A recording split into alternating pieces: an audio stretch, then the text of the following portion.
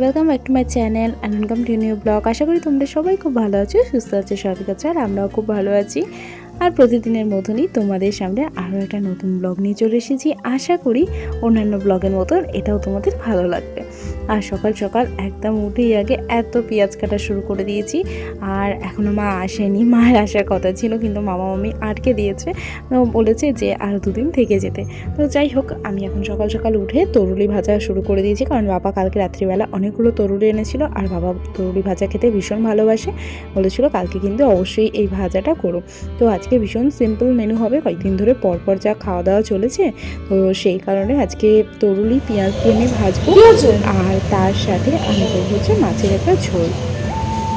কি হয়েছে, আমি কোথায় যাব? আরেকজনকে দেখলে তার সাথে নাকি আমাকে খেলা করতে হবে। এখন কিন্তু বাজে 7:30 আর ও নাকি আজকে সকাল 5:30 থেকে উঠে বসে আছে। তো সেই কারণে আমি ওর সাথে একটু একটু খেলা করছি আর এদিকে রান্নাও করছি। তো একদিকে তো ঝোল আর একদিকে জাস্ট ভাজাটা হবে, সেরকম কোনো আজকে চাপও নেই। তো ওর তরকারিটা সেই জন্য একদিকে বসিয়ে দিয়েছি আর একদিকে আমি ভাজছি, আর এদিকে ঝোলের আলুর পেঁয়াজ এগুলো সব কাটতে কাটতে ওর সাথে একটু একটু খেলাও করছি।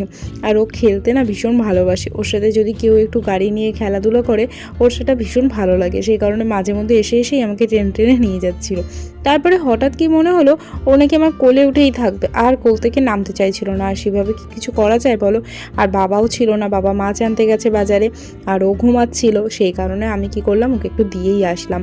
তো আমার এখানে এই সমস্ত সবজি কাটা রেডি হয়ে গেছে, আর ওকে নিয়ে এইভাবে আমি একা একা একদম সামলাতে পারি না, আর এত দুষ্টমি করে তো কোথায় কি লেগে যাবে। তো সেই কারণে আমি আরোই দিয়ে আসলাম। বাবা থাকলে তবু বাবা সামলাতো। আর এই যে এখন আমি একটু মাছ ধুয়ে নিচ্ছি, বাবা মাছ এনেছে আর এই কাজগুলো তো মাই করে নেয়, মাছ টাছগুলো ধোয়া। তো যাই হোক, আমি এখন মাছটা চটপট করে ধুয়ে এখন বসিয়ে দিই, আর তরকারিটা ওদিকে হচ্ছে, আর এদিকে তারপরে হয়ে যাবার পরে আমি বসিয়ে দিয়েছি ভাতটা। আর তারপরে দেখো আমার তরকারির আলুগুলো আমি এখন দিয়ে দিচ্ছি, আর একটু কালো জিরে ফোড়ন দিয়ে দিই। আর এখন না কয়েকদিন সর্ষের তেলে রান্না করছি, তাই তেলটা একটু গরম হয়ে ধোঁয়া ছাড়লে তারপরেই আমি এই সমস্ত রান্নাগুলো আর কি দিই, যেটা আর কি কড়াইতে দেওয়ার আছে সেটা। তো এখন ও তরকারিটা আমি চটপট করে নিচ্ছি, আজকে নর্মাল আলু চচ্চড়িই খাওয়াবে বললো। আর বাবা তারপর রুটিটা সবার শেষে ভাতটা হয়ে গেলে করে দেবে। আর মাছ ধুতে ধুতে তখন চলে গেছিলাম, দেখলাম আমার তরুলি ভাজাটা হয়ে এসেছে। তো তলা লেগে যাচ্ছে বলে আমি তাই জন্য আগে তরকারিটা বসিয়ে দিয়ে আবার বাকি কাজটা করতে এলাম। বাবা অনেকগুলোই মাছ এনেছিল, কিন্তু কালকের একটা ডিম আছে। তো আমি ভাবছি দুপুরে আর মাছ খাবো না, আমার তো যত মাছ কম খাওয়া যায় ততই ভালো। সেই কারণে আমি শুধু আমার হিসেবে রাতের জন্যই নিয়েছি। আর জানেন তো, এখানে মায়ের জন্যও মাছ নিয়ে নিয়েছিলাম। আমি জানি মা হয়তো আসবে দুপুরে খাওয়া দাওয়া করে তারপরে, কিন্তু মা তারপরে বললো যে আজকে আর আসবে না। তো যাই হোক, একটা মাছ থেকে যাবে, কোনো ব্যাপার না। আর চাল ধোয়ার জলটা দেখো পাশে রেখে দিয়েছি, এখন আমি রোজ ওই চাল ধোয়ার জলটা কিন্তু গাছে দিই। মাঝখানে একদিন ভুলেও গেছিলাম, অভ্যেস না থাকলে আর কি যা হয়। তো যাই হোক, ওই যে দেখতে পাচ্ছ একদিকে রুটিটা বাবা বসিয়ে দিয়েছে, আর ভাতের ফ্যানটা পড়েছিল গ্যাসটা এখনও পর্যন্ত মুছিনি। মানে এত তাড়াহুড়ো থাকে না যে মুছবো কি মুছবো না, কখনো মুছে ফেলি, যখন মনে থাকে মুছে নিই, আর যখন মনে থাকে না, মানে রান্না করতে করতে একটু নোংরা হলে মুছে নিই। কিন্তু যখন তো খুব তাড়াহুড়ো থাকে মানে একেবারেই মুছবো থাক। আর ও তো তরুলি ভাজা খাবে না, সেই কারণে ওর জন্য বড়বড়ি আলু ভাজাটা সব কিছু হয়ে যেতে আমি তারপরে বসিয়ে দিয়েছি। এবার ওদিকে ভাজতে ভাজতে আমি এদিকে ততক্ষণে ঘরটা ভালো করে মুছে নিলাম। আর খাটের তলাটা তো কি বলবো, আর মানে এত ধুলো হয়ে যায়, দেখেছো জলটা কতটা কালো হয়ে গেছে। আর খাটের তলায় পুরোটা তো আমার হাত যায় না, তো যতটুকু হাত যায় আমি ততটুকুই করার চেষ্টা করি। আর এখানে আমার ঘরটা সব পরিষ্কার করেই আমি তারপরে করেছিলাম। আর এখানে মায়ের ঘরটা প্রথমে আগে ঝেড়ে নিচ্ছি, তারপরে মায়ের ঘরটা মুছে নেবো। মানে এইভাবে টুকটুক করে এদিক ওদিক করতে করতেই আমাকে করতে হয় আর কি, পুরো একটা না একভাবে একই কাজ করতে পারি না। যখন মনে হয় এটা নয় ওটা করতে হবে, ছেড়ে দিয়ে ওটাই আগে করে আসি। তো এইভাবেই আর কি করছে।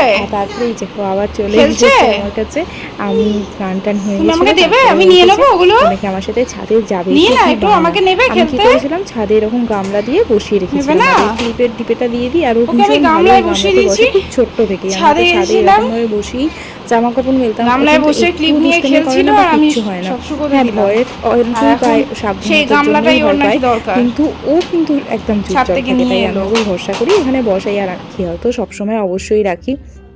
আর এইভাবে সে নামবে না। তো আমি বলেছি ঠিক আছে চল তাহলে তোকে আমি ঘরেও বসিয়ে রাখবো ওইভাবে। তাহলে সেই বিশ্বাসে ও নিচে নেমেছে, গামলা বালতি সব কিন্তু আমার হাতে করে নিয়ে। তো যাই হোক, তারপরে সন্ধ্যাবেলা বেরিয়েছিলাম হচ্ছে, তারপরে ঝালমুড়ি খেলাম। বেরিয়েছিলাম বলতে আমার পড়ানো হয়ে গেছিলো, আজকে একটা পড়ানো ছিল তাই ও এসেছিলো। না, আচার করলে আমাকে দেবে। আমরা অনেকদিন পর ঝালমুড়িটা খাচ্ছি। হ্যাঁ,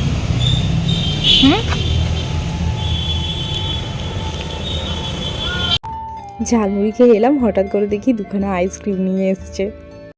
তো এখন আইসক্রিম খাওয়া কমপ্লিট আর তার সাথে ঝালমুড়িও খাওয়া কমপ্লিট। আমার যেন পেটটা এখনই কেমন ভর্তি ভর্তি লাগছে। রাত্রে ভাবছি খাবো কি খাবো না সেটা নিয়ে এখনও দোনোমনায় আছি। তো যাই হোক, আজকে দুপুরে পর থেকে আর তোমাদের সাথে কথাই হয়নি। দুপুরে আজকে লাড্ডু এসেছিলো, অনেকক্ষণ ছিল আমার কাছে।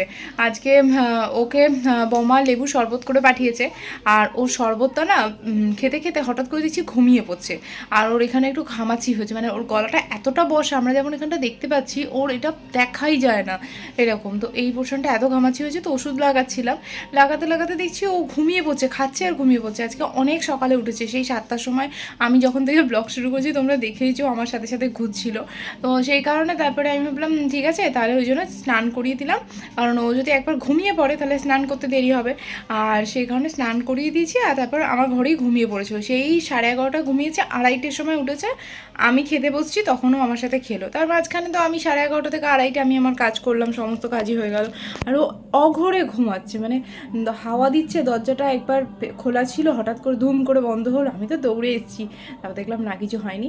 আর আজকে কাকি আমার ঘরে একটু পুজোটা দিয়ে দিয়েছে, তো তখনই আর কি বাইরে বসে গল্প করছি আর ও অঘরে ঘুমিয়ে যাচ্ছে, আর পুরো খাট জুড়ে একদম ঘুমাচ্ছে।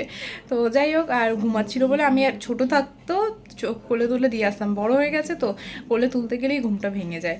তো থাক, ঠিক আছে, ও তো ডিস্টার্ব তো করছে না। তো আর তারপরে আমার সাথে আমি আজকে তো ঝোল ভাত করেছিলাম, তো সেই ঝোল ভাতই আমার সাথে বসে বসে খেয়েছে, খেয়ে তারপরে বাড়ি গেছে, যার কারণে আমি তোমাদের সাথে কোনো ভিডিওই করতে পারিনি আর। তো যাই হোক, এখন চটপট করে ফ্রেশ হয়ে নিই, অনেকটা রাত হয়েছে, 9টা বেজে গেছে, 8টায় ছুটি হয়েছে 1 ঘন্টা। তো মাঝে মধ্যে এরকম একটু ঘুরু ঘুরু করতে ভালোই লাগে। আজকে তো অনেকটা তাড়াতাড়ি চলে এসেছি, 8টার সময় ছুটি হয়েছিল, তারপর একটু ঝালমুড়ি খেয়ে আইসক্রিম খেয়ে তারপরে একটু পড়াশোনা করে নিয়েছি। তারপরে এখন রাতে যে ভাতটা সেটা বসিয়ে দিচ্ছি, 10:30 বাজে। আর তখন ওর মনে হলো যে একটু পেঁয়াজি করবে, তো সেই কারণে আমি চটপট করে পেঁয়াজটা কেটে নিচ্ছি।